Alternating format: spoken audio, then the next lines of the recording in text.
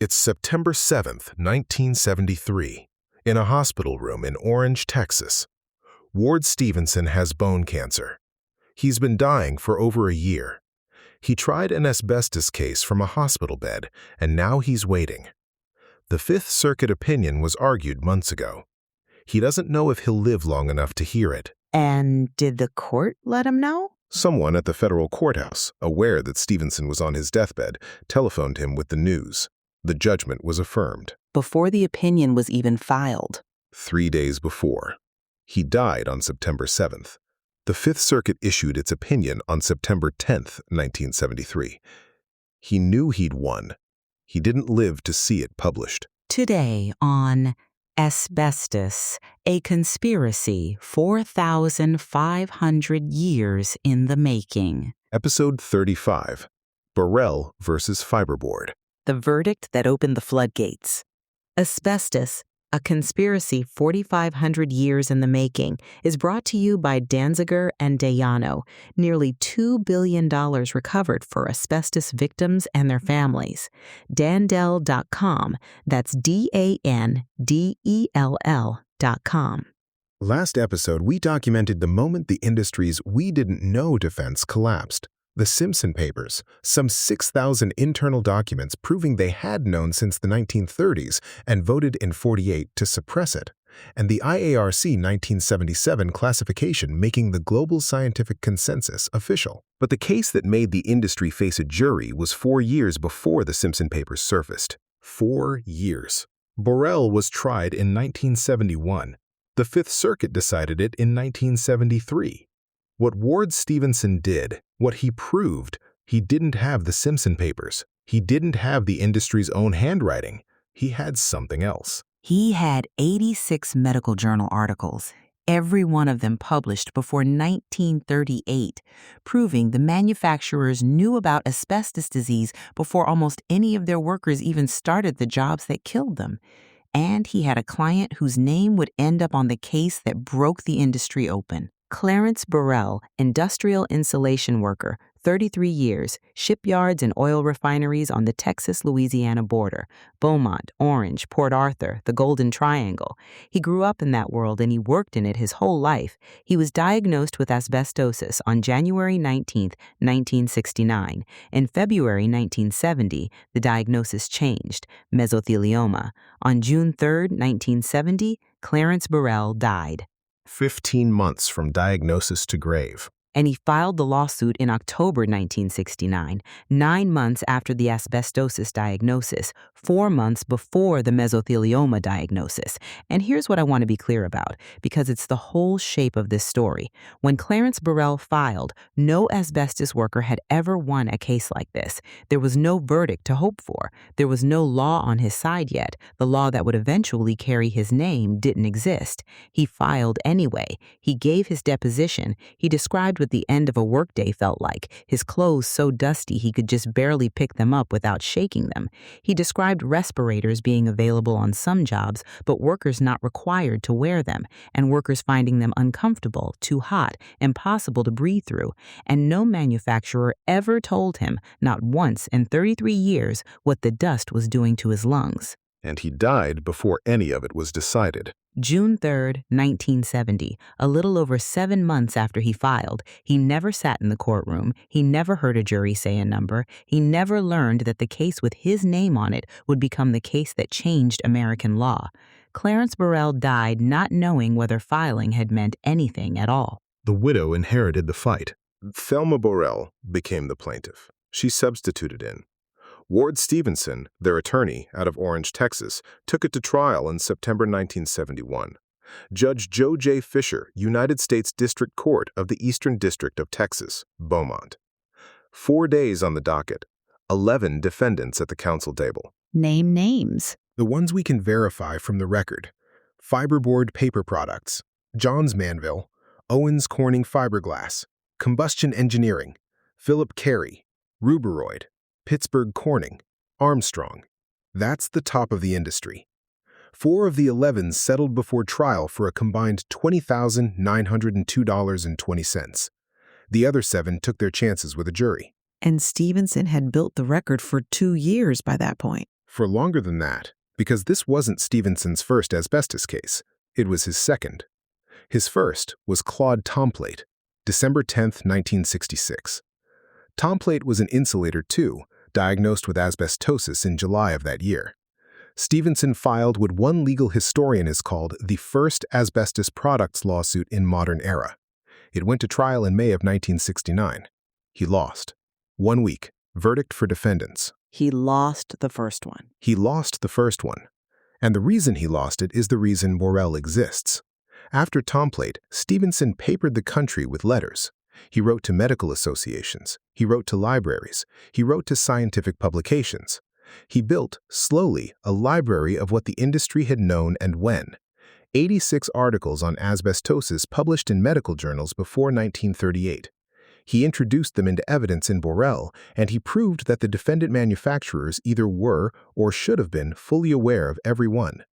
And then he proved the flip side, that during Borel's working career, no manufacturer ever warned contractors or insulation workers of the dangers associated with inhaling asbestos dust. Not one warning in 33 years. Not one.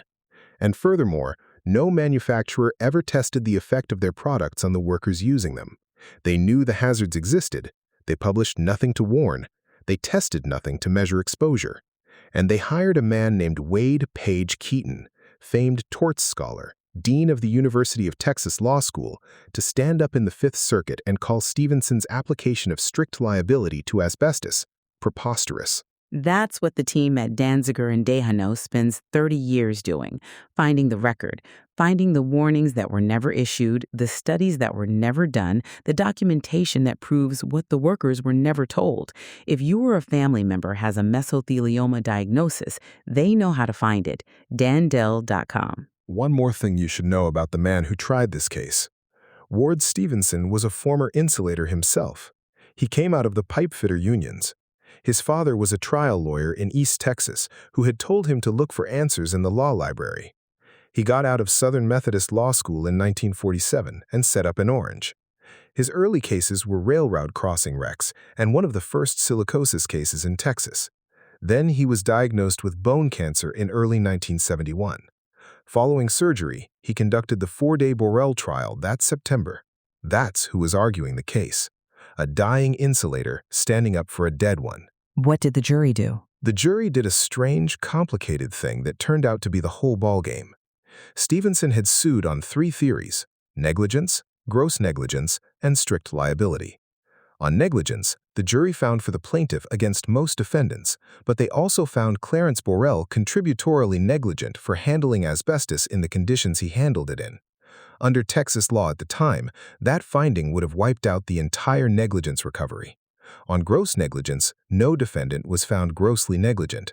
That left strict liability. And on strict liability? On strict liability, the jury found every defendant liable. Damages? $79,436.24. That's what the jury determined Clarence Borel's life and suffering were worth. Not $1 million, not some headline number. $79,436.24. A life priced to the penny. After settlement credits from the defendants who paid pre-trial, the remaining 6 were jointly and severally liable for $58,534.04. The defendants appealed. Stephenson had won a trial, and he knew it would go to the Fifth Circuit. He spent the next 2 years waiting. And the Fifth Circuit held what? The Fifth Circuit affirmed. Judge John Minor Wisdom writing for the court. Panel of Tuttle, Wisdom, Simpson, 3 of the most respected judges on that court. Cited if you want it, 493 F2D 1076. The holdings reshaped American product liability law. 1. Manufacturers have an affirmative duty to warn users of foreseeable dangers. 2. Manufacturers are held to the skill of an expert in their field, meaning the body of literature Stephenson had assembled was evidence of what the manufacturers should have known, regardless of what they claimed to know. 3.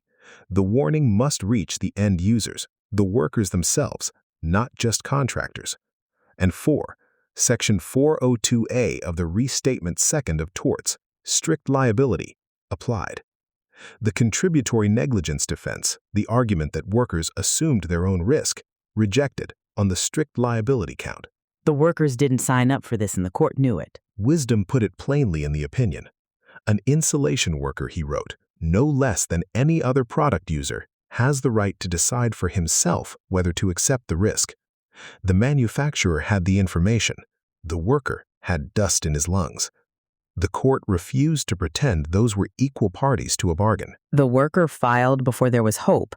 The lawyer filed the appeal from a cancer ward. Both of them. Think about the symmetry. Clarence Borel filed in 1969 and died in 1970, never knowing anyone would ever win. Ward Stephenson tried the case and died in 1973, knowing he'd won, but never seeing the opinion in print. The worker died before there was hope. The lawyer died before there was proof. The case that opened the floodgates for 730,000 people was built by two men, neither of whom lived to see what it became. The one whose name is on it never knew it would matter. Clarence Borel's name is on the decision that reshaped American product liability law. He never knew the decision existed. That's the cost this arc has been counting the whole way.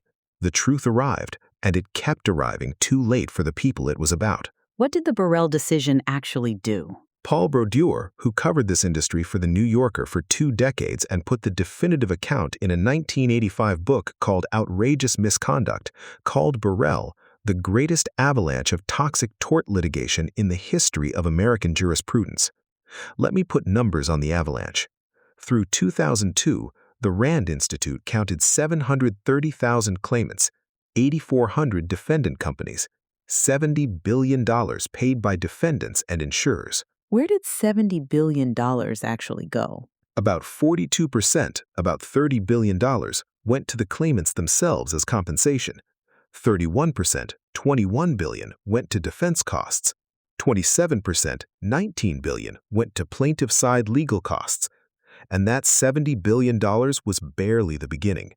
Industry experts project total U.S. asbestos litigation costs at $200 to $265 billion before it's finished. Was any of this a surprise to the insurance industry? No. In 1918, Frederick Hoffman, a statistician for Prudential Insurance, wrote that it was generally the practice of life insurance companies in the United States and Canada to decline to insure asbestos workers because of the health hazards of the trade. That's an insurance industry statistician on the record in 1918 saying the entire American life insurance industry was already refusing to write policies on asbestos workers, not because of a warning label, because the actuaries could read the numbers. They ran the numbers. Before the workers Borel worked with were born, the actuaries had run the numbers. The insurance companies knew. The manufacturers knew. The lawyers knew. 33 years later, Clarence Borel was told nothing. We've been building toward this case for 6 episodes. Where does it leave the whole arc? Think about where Arc 7 started. Episode 30, Selikoff. One doctor in Paterson, New Jersey, counting bodies the industry spent 30 years making sure nobody counted. 17 insulation workers, 15 already dead. He built the study they'd suppressed since the 1930s. And then the conference. Episode 31, 400 scientists at Mount Sinai in October 1964. The science becomes undeniable, and the industry answers with a public relations office instead of a warning. Then episodes 32 and 33, the second mass exposure happening at the same time. 3.4 million service members in Southeast Vietnam, the men of Project 100,000 funneled into the worst jobs. And episode 34, the Simpson papers, finally surface. 6,000 documents. They knew in their own handwriting. So by the time we get to Borel, the truth is completely out. The science is public. The documents are public. And this case is where all of it finally walks into a courtroom and gets a verdict. That's the shape of the whole arc. The question we opened with was, who finally told the truth, and what did it cost them? The answer is a doctor who wouldn't stop counting, and 2 men who died before they could see what they'd proven. The truth came out, it just came out too late for the people it was about. Every time. That's Arc 7, and it changed everything that came next. Attorneys across the country filed case after case. The defense strategy collapsed. The industry tried to find exits. One of those exits is the story of Arc 8. One of those exits is a name you know. Every family who calls Danziger and Dayano is connected to the work that started with the case Ward Stephenson filed in 1969 and won, dying in a hospital bed 2 years later. Michelle was 4 years old when she started helping her father out of his work clothes. 6 years of breathing asbestos fibers in their home. At age 10, she was given 3 to 6 months to live. She's been alive for 35 years. She raised a son, adopted 4 children, counseled 200 families through their own diagnoses for free. That story is in a book called Beating the Odds, Surviving Mesothelioma, compiled by Dave Foster, available on Amazon or free to any family facing a new diagnosis. Call Danziger and Dayano or visit dandell.com, DANDELL.com. Paul Danziger and Rod Dayano founded this firm in 1995. Nearly $2 billion recovered for over 1,000 families. Free consultation. Available 7 days a week. dandell.com. Next time, we open Arc 8, The Reckoning. Here's the turn. For 7 arcs, the story was whether the industry would ever be held responsible. Borel answered that, yes. So Arc 8 asks the next question. What does a company do when it's finally provably liable and the cases are piling up by the thousands? It doesn't pay. It finds exits. Bankruptcy, trust funds, a 10-year fight to kill a federal ban, an entire town in Montana poisoned, and at the very end of the arc, the answer to the mystery this whole series opened with, the Twin Towers. And it starts with the biggest exit of all, the company sitting at that defense table in Beaumont. Johns Manville Corporation, one of the largest companies in the United States. In 1982, the bankruptcy judge described it as the most financially healthy company ever to file for Chapter 11. That phrase, most financially healthy, is how the judge characterized what happened. They weren't bankrupt. They were doing something else. Episode 36. Thank you for listening. Thank you for listening.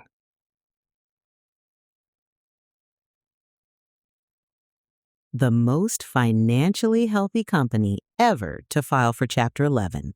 The judge said that. That's in the record. Ward Stephenson got a phone call from the courthouse 3 days before the decision was published. He died September 7th, decision published September 10th. He knew.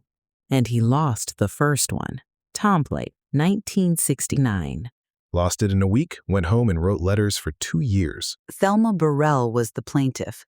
Clarence died in June 1970. She took over the lawsuit. She's the one who got the verdict. Clarence filed before anybody had ever won one of these. Died not knowing it would mean anything. His name's on the whole thing now. $79,000. 33 years of work. That's what the jury said his life was worth.